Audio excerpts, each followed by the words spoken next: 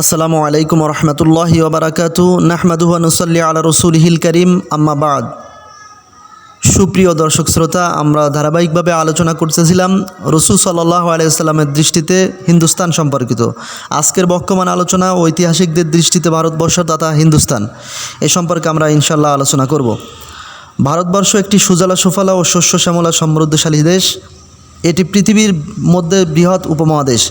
বিশাল ও বিস্তৃত এই উপমহাদেশ আয়তনে রাশিয়াকে বাদ দিলে এটি সমগ্র ইউরোপ মহাদেশের সমান হবে। এই উপমহাদেশের উত্তরে হিমালয় পর্বত, দক্ষিণে ভারত মহাসাগর, পূর্বে ব্রাহ্মদেশ এবং পশ্চিমে পারস্য দেশ ও আরব সাগর অবস্থিত। পৃথিবীর প্রায় 1/5 লোক ভারতীয় উপমহাদেশে বসবাস করে।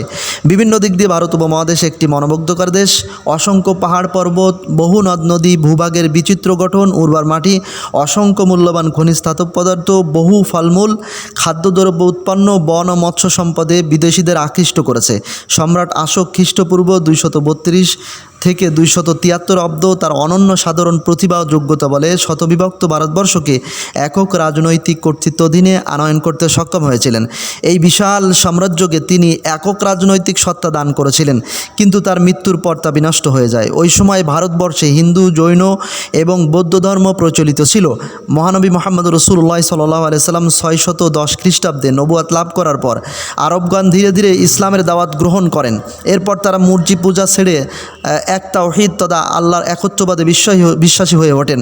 বিশ্বের বিভিন্ন দেশে আরব বণিকগণ মালামাল নিয়ে যাতায়াত করতেন। সর্বপ্রথম আরব মুসলিম বণিকগণ পশ্চিম ভারতের মালাচার উপকূলে তাদের বাণিজ্য তীর ভিড়াতে শুরু করে। এই সময় কালিকটের হিন্দু রাজা জামিরিনের পৃষ্ঠপোষকতায় ও তার উৎসাহে সেখানকার হিন্দু ধর্মের নিম্ন শ্রেণী ধীবর সম্প্রদায়ের লোকেরা ইসলাম ধর্ম গ্রহণ করে। তারপর মালাবার হিন্দু রাজা শ্রীরামন পেরুমন ইসলাম গ্রহণ করেন। রাসূল করিম সাল্লাল্লাহু আলাইহি সাল্লাম ভালো করে জানতেন যে ভারতবর্ষের অধিকাংশ মানুষ মূর্তি পূজা করত, আর ইসলাম ধর্মের সবচেয়ে বড় গুনাহ আর অপরাধ হচ্ছে আল্লাহর সাথে অংশীদারি করা। আর হিন্দু, বৌদ্ধ ও জৈন ধর্মের লোকেরা আল্লাহর সাথে শিরিক তথা অংশীদারি স্থাপন করত। মুহাম্মদ রাসূলুল্লাহ সাল্লাল্লাহু আলাইহি সাল্লাম পৃথিবীর কোনো দেশের নাম উল্লেখ না করে একমাত্র হিন্দুস্তানের মাটিতে যুদ্ধের কথা কেন বলেছেন? এই সম্পর্কে আল মিলাল ওয়ান নেহাল গ্রন্থে বর্ণিত হয়েছে, ভারতবর্ষের বাসিন্দারা তখন আরব দেশের মতো মূর্তি পূজা করত এবং সেখানে 7টা তারকার নামে পূজা করতে হতো। তারা রাসূল করিম সাল্লাল্লাহু আলাইহি সাল্লামের নবুয়তকে মৌলিকভাবে অস্বীকার করত। বর্তমানে দেশটিতে বেশিরভাগ লোক মূর্তি পূজা করে যাচ্ছে এবং তারা এখনও বিভ্রান্তির মধ্যে পড়ে রয়েছে। পবিত্র মক্কার বাইতুল্লাহ থেকে মুহাম্মদ রাসূলুল্লাহ সাল্লাল্লাহু আলাইহি সাল্লাম মূর্তির পূজা যেভাবে চিরতরে দূরীভূত করে সেখানে আল্লাহর তাওহীদ তথা একত্ববাদ প্রতিষ্ঠিত করেছিলেন, তেমনিভাবে ভারত থেকে মূর্তি পূজা দূরীভূত করে তাতে আল্লাহর তাওহীদ তথা একত্ববাদ প্রতিষ্ঠার উদ্দেশ্যে রাসূল করিম সাল্লাল্লাহু আলাইহি সাল্লাম হিন্দুস্তানের সাথে যুদ্ধের ভবিষ্যৎবাণী করেছেন। এই কারণে সকল মুসলিমদের উচিত আদম নবিয়ানা আলাইহিস সালাতু ওয়াস সালামের আগমনের স্থান ভারতবর্ষ থেকে চিরতরে মূর্তি পূজা ও শিরিক পরিহারের আন্দোলনে ঝাঁপিয়ে পড়া। আল্লাহ তাআলা আমাদের সবাইকে তৌফিক দান করুন, আমিন।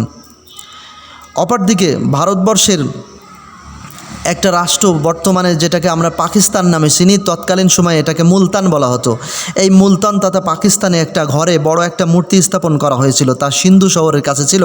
সেখানে লোকেরা মূর্তি পূজা করত এবং মূর্তির চারিদিকে প্রদক্ষিণ করত। তাই 712 খ্রিস্টাব্দে হাজ্জাজ বিন ইউসুফের ভাতিজা ও জামাতা মোহাম্মদ বিন কাসেম কে সিন্ধু ও মুলতানে আল্লাহর তাওহীদ তথা একত্ববাদ প্রতিষ্ঠার উদ্দেশ্যে এক মুসলিম সেনাবাহিনী প্রেরণ করেন। মোহাম্মদ বিন কাসেমের নেতৃত্বে মুসলিম মুজাহিদ বাহিনী সিন্ধুর রাজা দাহিরকে পরাজিত করেন। তারপর মোহাম্মদ বিন কাসেম মূর্তি পূজারী হিন্দুদের শেষ ঘাঁটি মুলতান শহরটিতে বিজয় লাভ করেন।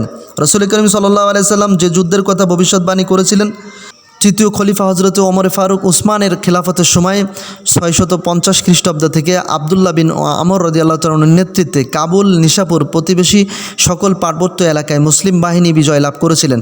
মোহাম্মদ বিন কাসেম সিন্ধু বিজয়ের 300 বছর পর ভারতীয় উপমহাদেশে পুনরায় মুসলিম জাহানের সুলতানগণ অনেক যুদ্ধ করেছেন। যেমন সুলতান মাহমুদ সর্বশেষ 1027 খ্রিস্টাব্দ ভারতবর্ষে 17 বার অভিযান পরিচালনা করে ইসলামের ভবিষ্যৎ অগ্রগতির পথ সুগম করেছেন। তার সময়ে আবু রায়হান আল বেরুনি কিতাবুল হিন্দ বই রচনা করেন। তারপর আবুল ফজল মোহাম্মদ ইবনে আল হুসাইন আল বাইহাকের মতো জ্ঞানীগণ সুলতান মাহমুদের রাজসভাকে অলঙ্কৃত করেছেন। এরপর মোহাম্মদ ঘুরি 1173 থেকে 1206 খ্রিস্টাব্দ সুলতান নির্বাচিত হন। সেই সময় খাজা মঈনুদ্দিন চিশতি রহমতুল্লাহ আলাইহি হজ পালন শেষে ভারতবর্ষে আগমন করেন। তিনি প্রথমে লাহোরে, তারপর দিল্লিতে ইসলামের প্রচার শুরু করেন, কিন্তু হিন্দু রাজা পৃথ্বীরাজ তার বিরুদ্ধাচরণ করায় তিনি আজমির চলে যান। সেখানেও হিন্দু রাজা পৃথ্বীরাজ পুনরায় খাজা মঈনুদ্দিন চিশতির বিরুদ্ধে এক সেনাবাহিনী প্রেরণ করেন। সেই মুহূর্তে মোহাম্মদ বিন ঘুরির সেনাবাহিনীর সহযোগিতায় মুসলিম বাহিনী পৃথ্বীরাজের বাহিনীকে পরাজিত করে। পৃথ্বীরাজ পলায়ন করে ধৃত হয়ে নিহত হন। তরাইনের দ্বিতীয় যুদ্ধে 1192 খ্রিস্টাব্দ ভারতবর্ষে মুসলিম রাজনৈতিক শক্তির ভিত্তি স্থাপন করেছিলেন মোহাম্মদ ঘুরি ও খাজা মঈনুদ্দিন চিশতি।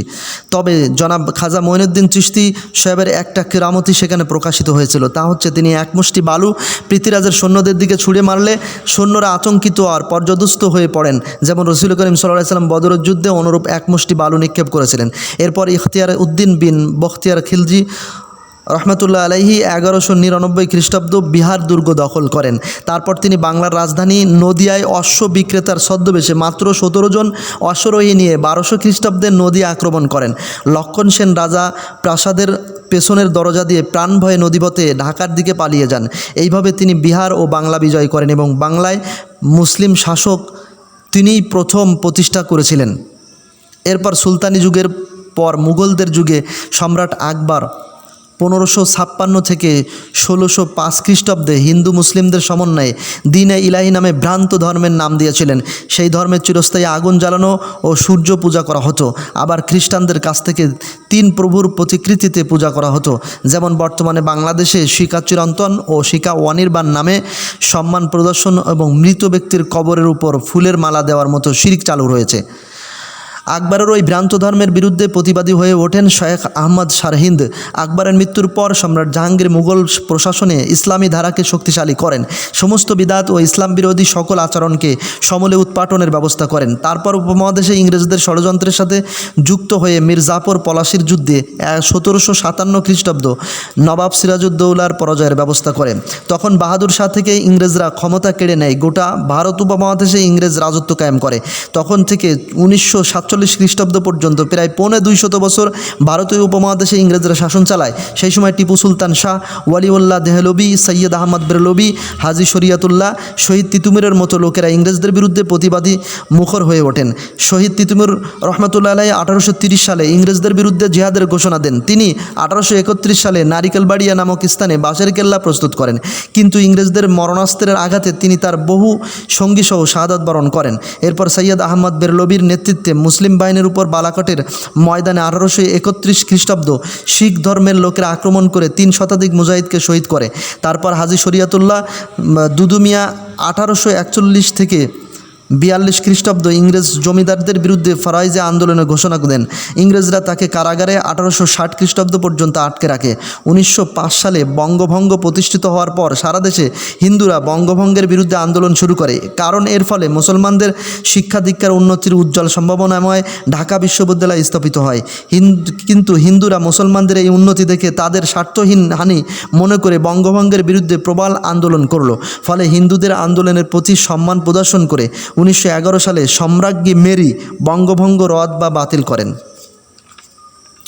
1906 সালে মুসলিমদের অধিকার সংরক্ষণে স্যার সলিমুল্লাহ এর নেতৃত্বে মুসলিম লীগ প্রতিষ্ঠিত হয়। কিন্তু 1914 সালের 28 জুলাই প্রথম বিশ্বযুদ্ধের সময় মুসলমানদের খলিফা ছিলেন তুর্কি সুলতান। তুরস্ক সেই সময় জার্মানির পক্ষে যোগ দেওয়ার পর পরাজিত হয়। তখন মিত্রশক্তির দেশগুলো মুসলমানদের খিলাফত ব্যবস্থা বিলুপ্তির চিন্তা করল। ফলে 1918 সালে ইংরেজ ও তুর্কিদের মধ্যে যুদ্ধ সংঘটিত হয়।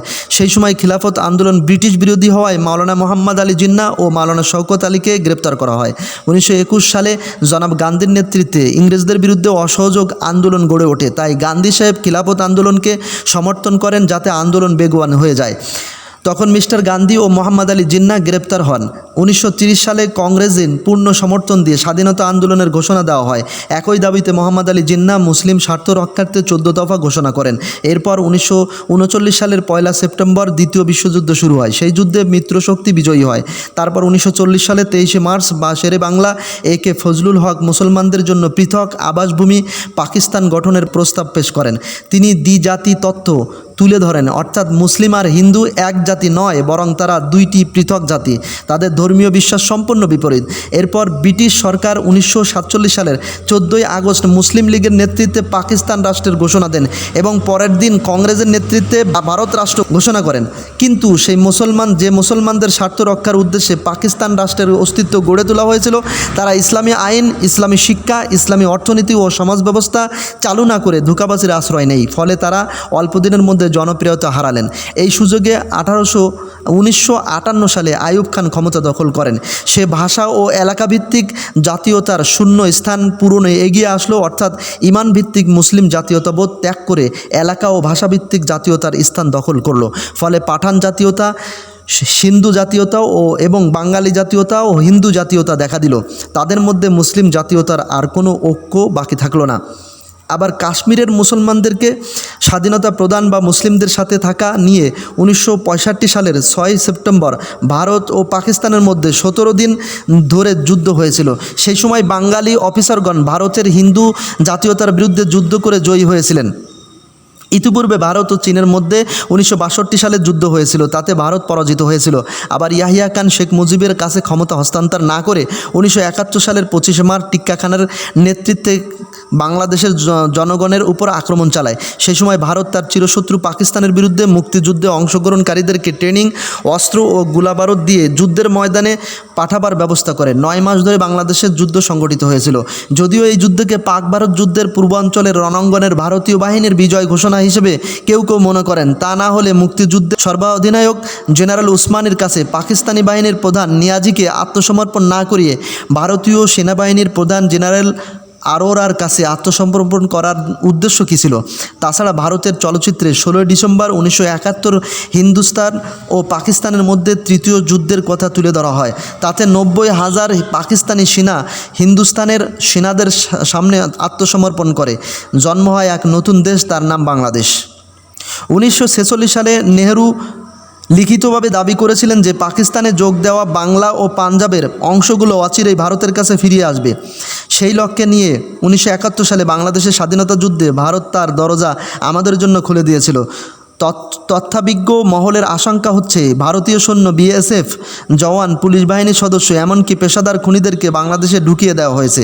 এর মাধ্যমে বাংলাদেশ দুর্বল হয়ে পড়বে এবং স্বাধীনতা বিরোধী দলকে আক্রমণ করে নির্মূল করা হবে। দীর্ঘ 40 বছরের পরিকল্পনা অনুযায়ী ভারত তা বাস্তবায়ন শুরু করেছে। বিশ্বাসঘাতক নিন্দুপ দজির মাধ্যমে সিকিমের স্বাধীনতা যেমন ভারতের কাছে হস্তান্তর করে তাদের অঙ্গরাজ্যের অন্তর্ভুক্ত করেছিল, অনুরূপ নেহেরুর লিখিত বক্তব্যের মাধ্যমে বাংলাদেশ ভারতের অঙ্গরাজ্যের অন্তর্ভুক্ত হবে কিনা তা আমরা আশঙ্কা করছি। যার কারণ হচ্ছে ভারতের পত্রপত্রিকায় বাংলাদেশের অস্তিত্বকে অস্বীকার করে মন্তব্য প্রকাশিত হয়েছে। তাতে বলা হয়েছে বাংলাদেশের টিকে থাকার অধিকার নেই। বাংলাদেশকে যদি থাকতে হয় তাতে ভারতের মধ্যে আবার ফিরে আসতে হবে। এটা বাস্তবায়নের জন্য ভারতকে অবশ্যই সহায়তা দিতে হবে। সেই জন্য একজন বাঙালি বিজ্ঞ রাজনীতিবিদ বা এমপি সাহেব 15 ডিসেম্বর 2004 সালের বিজয় দিবস পালন উপলক্ষে বাংলাদেশ ভারত মৈত্রী সমিতির আলোচনা সভায় ভারতকে বাংলাদেশের উপরে আক্রমণ করার আহ্বান জানিয়েছিলেন। তাছাড়া ভারতের বিশ্ব হিন্দু পরিষদ VHP নেতা প্রবীণ ভাই তুগাড়িয়া আসামের গুয়াহাটিতে বলেছেন ভারতের উচিত অবিলম্বে বাংলাদেশ আক্রমণ করে দখল করে নেওয়া। ইতিপূর্বে ভারত 1962 সালে চীনের সাথে যুদ্ধ করে পরাজিত হয়েছিল। আবার পাকিস্তানের সাথে 1965 সালের যুদ্ধে পরাজিত হওয়ার পর ভারতের মধ্যে গ্লানি ও মর্যাদাহানি কাজ করছিল। তাই 1971 সালের 16 ডিসেম্বর 9 মাসের যুদ্ধে পাকিস্তানকে ভারতের কাছে আত্মসমর্পণ করিয়ে সেই গ্লানি মুছিয়েছে ভারত। বাংলাদেশ স্বাধীন হওয়ার পর থেকে ভারত বিশ্বের দ্বিতীয় মুসলিম দেশ বাংলাদেশের বিরুদ্ধে আধিপত্যবাদ ও সম্প্রসারণবাদের তৎপরতা দিন দিন বৃদ্ধি করেছে। যেমন ফারাক্কা, পানি বন্টন, সীমান্তে হত্যা, বাণিজ্য ঘাটতি, পুশ-ইন, নাশকতা, অস্ত্র মাদক চোরাচালান, সীমান্ত বিরোধ, এমনকি কাঁটাতারের বেড়ায় ফেলানির মতো নারীকে হত্যা করে ঝুলিয়ে রাখার পর অহরহ বাংলাদেশিকে হত্যা করেছে বিএসএফ। যার কারণে সংবাদপত্রে লেখা হয়েছে বিশ্বের সবচেয়ে প্রাণঘাতী সীমান্ত বাংলাদেশ। এর কারণ হচ্ছে ইসরায়েলের সাথে ভারতের মৈত্রী চুক্তি রয়েছে। ইসরায়েল যেমন কাঁটাতারের বেড়া দিয়ে ফিলিস্তিনি মুসলিমদের হত্যা করেছে, তেমনিভাবে ভারত কাঁটাতারের বেড়া তৈরি করে বাংলাদেশি মুসলিমদেরকে হত্যা করছে। তাই ভারতের পছন্দের সরকার বাংলাদেশে বসে সকল সম্পদ দখলের চেষ্টা চালাচ্ছে, যেমন করেছিল 1971 সালের 16 ডিসেম্বরের পরের পরিকল্পিত লুটপাট, অস্ত্র গোলাবারুদ, সরকারি ও বেসামরিক গাড়ি ও সেনানিবাসের ইসরায়েলের অফিস ও কোয়ার্টার তন্ন তন্ন করে লুট করা হয়েছিল। সেই লুণ্ঠনের প্রতিবাদ করার কারণে মেজর অব এম এ জলিলকে যৌথ বাহিনী গ্রেপ্তার করেছিল। অনুরূপ 2009 সালের 25শে ফেব্রুয়ারি 57 জন সেনা অফিসার হত্যার সাথে ইসরায়েলের গোয়েন্দা সংস্থা মুসাদ ও পার্শ্ববর্তী দেশের গোয়েন্দা সংস্থা জড়িত থাকার সন্দেহ করা হচ্ছে। আর ভারতের সেনাবাহিনী বাংলাদেশের সেনাবাহিনীকে শত্রু মনে করে না বলে পত্রিকায় খবর প্রকাশিত হয়েছে। যুগ যুগ ধরে ভারতবর্ষকে আয়ত্ত করার জন্য বিদেশি শক্তিগুলো প্রচেষ্টা চালিয়েছিল, ফলে তারা সফলও হয়েছিল। ইংরেজরা ব্যবসার নামে ইস্ট ইন্ডিয়া কোম্পানির নামে ভারতকে দখল করে সেখানে তাদের চিন্তা চেতনার লোক তৈরি করেছিল, যা 1854 সালে ম্যাকেলে তাদের শিক্ষানীতি সম্পর্কে বলেছিল। বর্তমানে আমাদের সকল শক্তি নিয়োগ করে এমন এক শ্রেণীর লোক সৃষ্টি করতে হবে যারা আমাদের ও ভারতের কোটি কোটি মানুষের মধ্যে যাদের আমরা শাসন করছি দোবাসীর কাজ করবে। তারা শুধু রক্তে বর্ণে হবে ভারতীয়, কিন্তু রুচিতে, ভাবধারায়, নীতিবোধ ও চিন্তা চেতনায় হবে ইংরেজ। এমনকি ধর্ম নিতান্ত ব্যক্তিগত ব্যাপার, সামাজিক ও রাষ্ট্রীয় পরিসরে ধর্মের কোনো স্থান নেই হিসেবে তুলে ধরতে হবে। তাই সাম্রাজ্যবাদী খ্রিস্টান শাসকদের প্রত্যক্ষ পৃষ্ঠপোষকতায় ধর্মীয় শিক্ষার মারাত্মক অবনতি দেখা দেয়। তদানীন্তন ভারতবর্ষের আলেম সমাজ ইংরেজ সাম্রাজ্যবাদীদের বিরুদ্ধে প্রতিরোধের প্রচেষ্টা চালায়। বিশেষ করে ভারতীয় উপমহাদেশে ইংরেজ বিতাড়ন এবং মুসলিম শাসন পুনরুদ্ধারে আলেমরা চেষ্টা করেছেন, কিন্তু সদ্য অধিকৃত আগ্নেয়াস্ত্র, রাইফেল সজ্জিত নব উত্থিত খ্রিস্টান শক্তির মোকাবেলায় তাদের টিকে থাকা সম্ভব হয়নি। তাদের কাউকে মৃত্যুদণ্ড, কারাদণ্ড ও পঙ্গুত্ব বরণ করতে হয়েছে। তারা জানতে পেরেছেন মুহাম্মদ সাল্লাল্লাহু আলাইহি সাল্লাম হিন্দুস্তানের বিষয়ে যে ভবিষ্যৎবাণী করেছেন, সেই ভবিষ্যৎবাণীর আলোকে ভারতে মুশরিক শক্তির পতন হবে, সেখানে আল্লাহর একত্ববাদ প্রতিষ্ঠিত হবে। সেই সংগ্রামে শহীদ হওয়ার আশাবাদ করেছিলেন বিশিষ্ট সাহাবী আবু হুরায়রা রাদিয়াল্লাহু আনহু। লড়াকু মুজাহিদ খালেদ বিন ওয়ালিদ তার জীবনে 125টি যুদ্ধে অংশগ্রহণ করে শহীদ হতে পারেননি। সেই জন্য মৃত্যুকালে আফসোস করে তার অশ্রু গড়িয়ে পড়েছিল। খালেদ বিন ওয়ালিদ বলতেন, নববধূর সাথে রাত কাটানো কিংবা রাতে কোনো পুত্র সন্তান ভূমিষ্ঠ হওয়ার খবর পাওয়ার চেয়ে কোনো প্রচণ্ড শীতের রাতের শেষে মুহাজিরদের একটি বাহিনী নিয়ে মুশরিক বাহিনীর উপর হামলা চালানো আমার নিকট অধিক প্রিয়। ভারতবর্ষের রাষ্ট্র প্রধানগণ ইসলাম বিরোধী ইংরেজদের মতো তাদের ভাবধারায় বিচারক নিয়োগ করে। 1862 সালে প্রশাসন প্রতিরক্ষা শিক্ষা ব্যবস্থা গড়ে তোলে। বর্তমানেও সেই ব্যবস্থা করে আলেম ওলামা ও ইসলামী আন্দোলনের নেতৃবৃন্দকে মিথ্যা অভিযোগে গ্রেপ্তার করে আন্দোলন দমাতে চাচ্ছে, কিন্তু মুসলিমগণ ভারতবর্ষ থেকে শিরকি কার্যক্রম ধ্বংস করার লক্ষ্যে জিহাদে অংশগ্রহণ করে জাহান্নামের আগুন থেকে রক্ষা পেতে চায় এবং জান্নাত লাভের দিকে এগিয়ে যাবে। যেমন আমর বিন ইয়াসির রাদিয়াল্লাহু তাআলা আনহু ইয়ামামার যুদ্ধে একটি পাথরের উপর দাঁড়িয়ে বলেছিলেন, হে মুসলিম মুজাহিদগণ, তোমরা কি জান্নাত থেকে পালাচ্ছ? তখন মুসলিম বাহিনী শত্রু বাহিনীর উপর ঝাঁপিয়ে পড়ে বিজয় ছিনিয়ে আনেন। আমাদেরকেও সেই রকম বিজয় ভারতবর্ষ তথা হিন্দুস্তানে ছিনিয়ে আনার জন্য প্রচেষ্টা চালাতে হবে।